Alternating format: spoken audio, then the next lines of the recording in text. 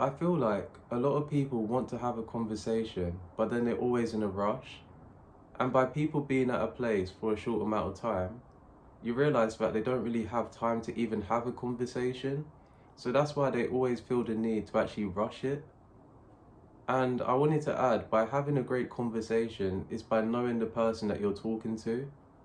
So rather than you just talking about yourself, you need to ask other people questions. When it comes to you trying to know someone else, it's about spending quality time with them, and it's about getting to know the person for who they are. So that's the thing, you don't want to judge people before you've actually talked to them. You need to realize that when people have a bad day, they may take it out on you, and it's not always your fault. It could be the time that you're talking to them. You need to realize by communicating with people, it's about them making the effort as well. So instead of them just answering your questions, you want people to ask you questions back. And I was going to say how I even became a great communicator in the first place is by being around more people and even meeting people as well. You need to prepare questions for just in case you run out of things to say. You need to know, are you better in crowds or are you better with like one-to-one interactions? And I feel like that's very important because when it comes to one-to-one interactions, you can at least take your time to speak with people one-on-one. But when it comes to a crowd, you have to like change the way you speak depending on the person that you're around. So you need to realize when I said earlier to not judge people, we do this naturally, but you want to avoid that if you can. It's important to know a person before you judge them. When you have a negative judgment about someone else, you're either jealous or you can't seem to get to know the person.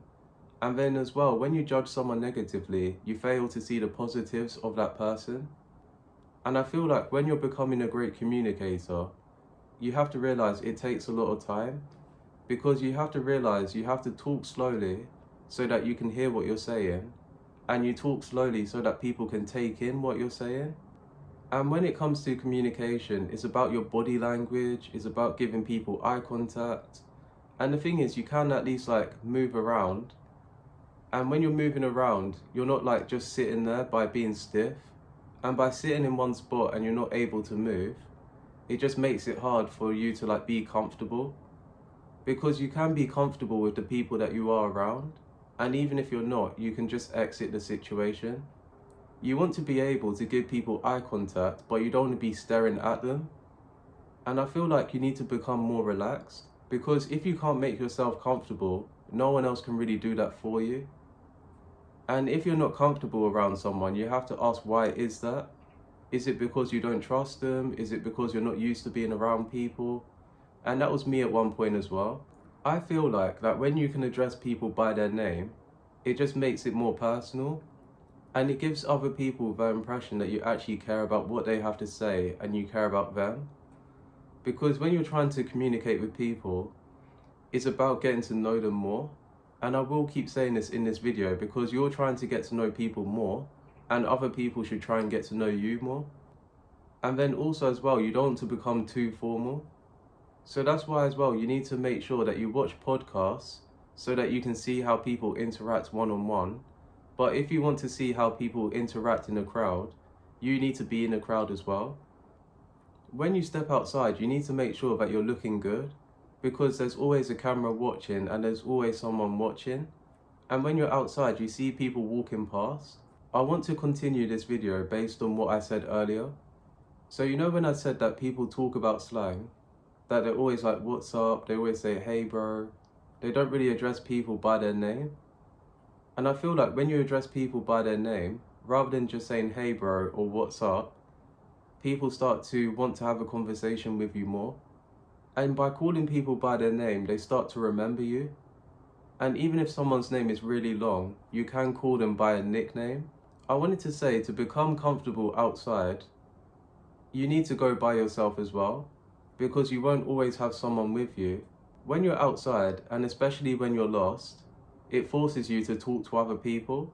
So that's why it's good to go by yourself, so that you're not depending on like your friend to come with you and talk with you. But if you have a friend with you, you can do it at first by just being outside with them and practice a conversation so that it feels natural. And I wanted to say, whenever you do like meet people, it's about being yourself and it's about building up a conversation rather than rushing it. And that's what I wanted to say earlier, but I forgot how to like word it. I wanted to say, when people are at a place for a short amount of time, it's hard for them to have a conversation, and then afterwards they try and rush the interaction because they have to be somewhere else and they can't really pay attention or give you their full attention. People that give you their full attention, that's what you want to be looking for. It's better to build up a conversation and introduce yourself, because a lot of people, they fail to introduce themselves, and then by asking a direct question straight away, people are more likely to ignore what you have to say. And you need to look at people's body language as well, because if people are folding their arms and they're looking away, it just means that they don't want to talk to you. And you need to know when to exit a conversation. You need to realize that people tell you that when you're mistreated, you need to walk away. But when it comes to a conversation and it's awkward, and then also as well, you don't want to waste your time with people that don't know how to hold a conversation. Because when it comes to conversations, you don't want it to be one-sided. I'm going to end the video here because I have talked too much and I want you to actually take in what I'm saying. If I forgot to say anything else, I'll probably say it in another video. And until I see you in another video, thank you for watching.